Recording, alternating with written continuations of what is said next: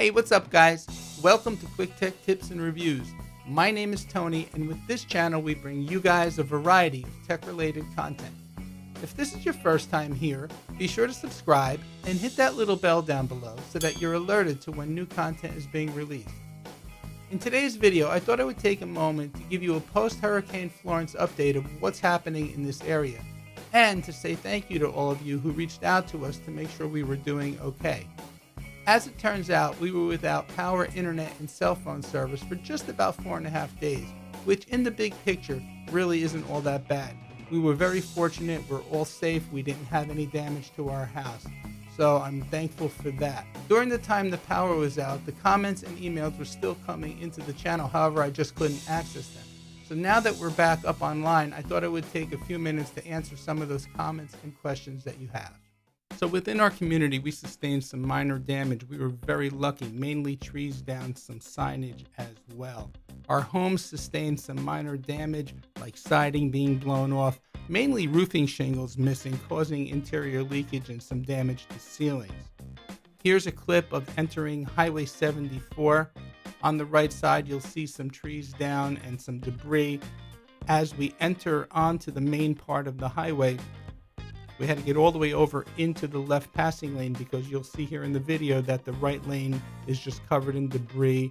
It looks like a dirt road. There's some more debris on that right side, but overall, we were very, very lucky. Other areas, such as Highway 17 in Bolivia, did not fare as well. You can see the whole road concaved here.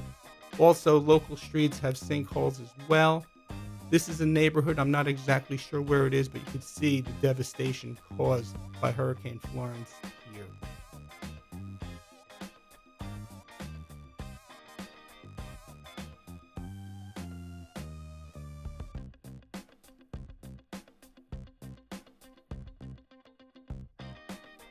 So about 2 months ago, Kitty S writes, "Hi there, thanks for these vids. I watch a couple and learned a few things.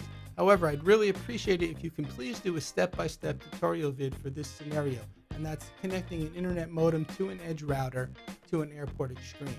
And then Kitty goes on to express a few other things that she would like to achieve as well, and closes her comment by saying, "This is the most searched scenario, and yet hardly anyone has proper tutorial about it. Please help us, the new wannabe edge router kids."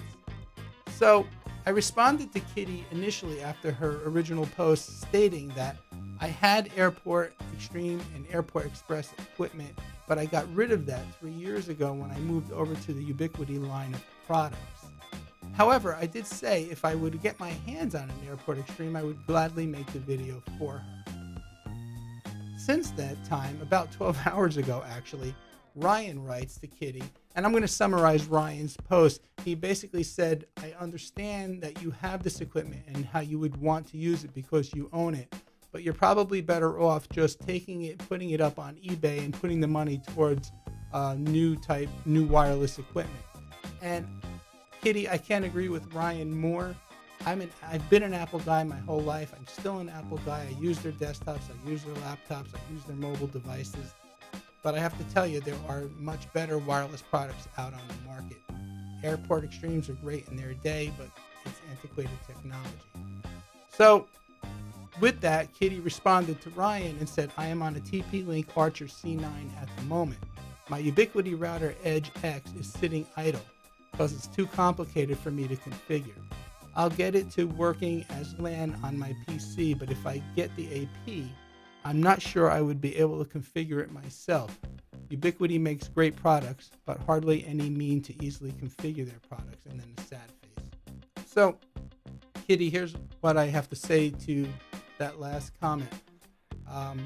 Yes, they do make a great line of products, and there are great videos out there by a bunch of other YouTube artists, as well as I have my own networking series on how to configure the home network. It starts off with the edge router. It takes you through the process of getting it configured out of the box, step by step, how to get the unified controller up and running, and then how to adopt the UAP access points.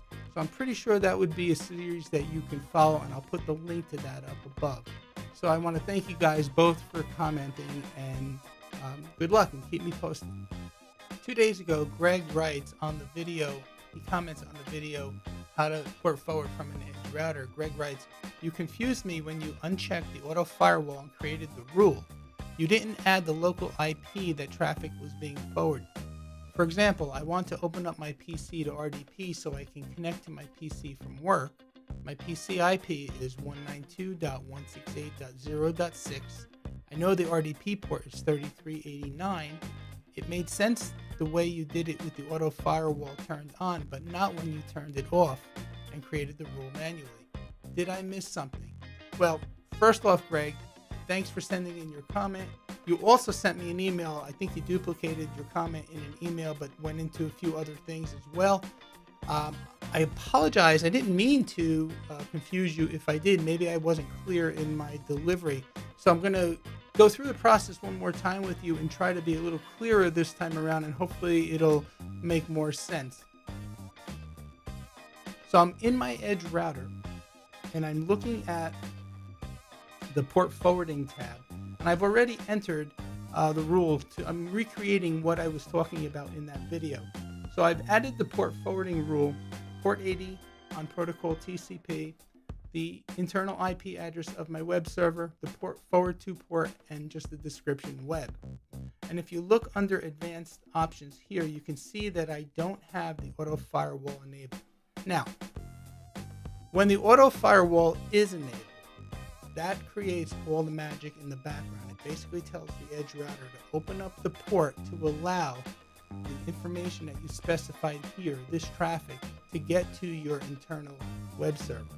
However, with the auto firewall disabled, even though you have specified the information here to where the web server is located and where you want the traffic forwarded to, the port is not open with this auto firewall unchecked. That's where in the video I said you have to come over and create that rule that opens up that port manually. So under the firewall policies, under when in, if I go to the rule set, now you can see I've got the rule created here. It says allow port 80, and let's just take a closer look.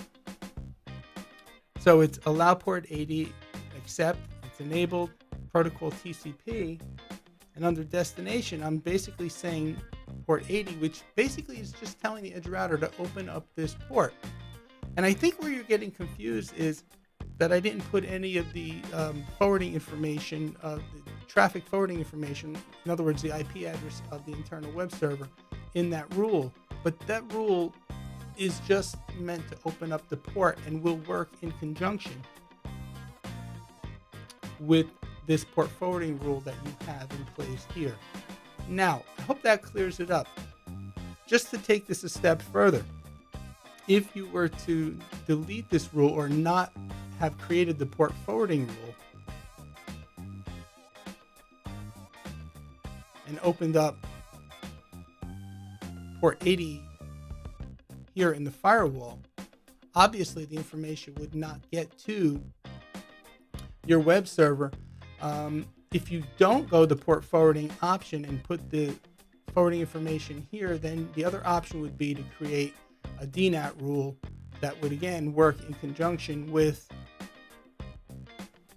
this firewall rule here and to allow the traffic to pass to your web server. But DNAT is a whole nother can of worms. It's another form of, well, it is port forwarding, but it's a much more granular form of port forwarding. You can do things with it that you can't do under the port forwarding tab, such as lockdown, source IPs, etc. So in any event, I hope I didn't confuse you further. I hope this explanation made a little bit more sense. I thank you for sending in your comment. I thank you for sending in your email. I'm going to reread your email anyway, because I know there were a few other things in there that I wanted to respond to. But again, I hope this helps. And if not, send me another email and I'll do my best to give you a shout. Thanks for commenting. Thanks for emailing. Thanks for being a subscriber. So a few days ago, Vitus writes, or Vitus, I apologize if I'm not pronouncing your name correctly. Perfect video. Thank you. Do you have video on how to save config from the router if you can't log into it? So a couple things. I'm assuming you mean an edge router when you say router. I'm also assuming when you say can't log into it, you mean you've locked yourself out of the web user interface. And that being said, it might just be simpler to log into SSH, and let's say you locked yourself out of the user interface because you were playing around with the firewall rules. I've done it. I've done it more than one time. You can go into SSH and just simply delete the firewall rule that's keeping you out of the web user interface. That's actually simpler than what I'm about to show you. And that's a help document that shows you how to back up and restore the config using the command line interface. So no, I don't have a video on it, but I will share the link to the help document. And here it is. It's on UBNT's website, and I'll put a link to this down below. It takes you through the steps of backing up and restoring using the CLI. It does get, if you're not familiar with some of the jargon, it could get a little overwhelming for you, but the steps are here. And I wish you a lot of luck, and thank you for commenting, and thank you for being a subscriber. Okay, so I think I have time for just about one more. I don't want this video to get too long. 4 days ago, Mr. EK writes in, can you please do a vid for setting the MTU and the QoS with the Edge router? I've upgraded my internet to 500 meg down and 30 meg up, but I'm seeing a ton of buffer bloat that I didn't have when I was paying for 100 down and 15 up. Also, my speed tests are all over the charts, e.g. 30 to 520 meg down and 1 to 28 meg up. So that's interesting. I'm not sure what you're using for speed tests. They do vary based on the servers that you use. I've found that out myself over the time. However, one that I find really accurate, and it measures buffer bloat pretty accurately as well, is the speed test over at dslreports.com. So you might want to check that out, and I'll put that in the video description down below. As far as doing the video on it, I've had that on my to-do list, my list of video ideas. So sit tight. I eventually will get to it, and hopefully we'll do a comparison before setting the QoS to after the QoS and see how it affects the buffer bloat if in fact you are experiencing it. Again, thank you for commenting and being a subscriber. I thank all of you guys for the being subscribers and for commenting and giving me the thumbs up, and also giving me the thumbs down when you feel that the video content isn't worth your watching. So it helps me to refine and refine the content that I'm putting out there. So again, I thank all of you for tuning into the channel, and we'll see you guys next time.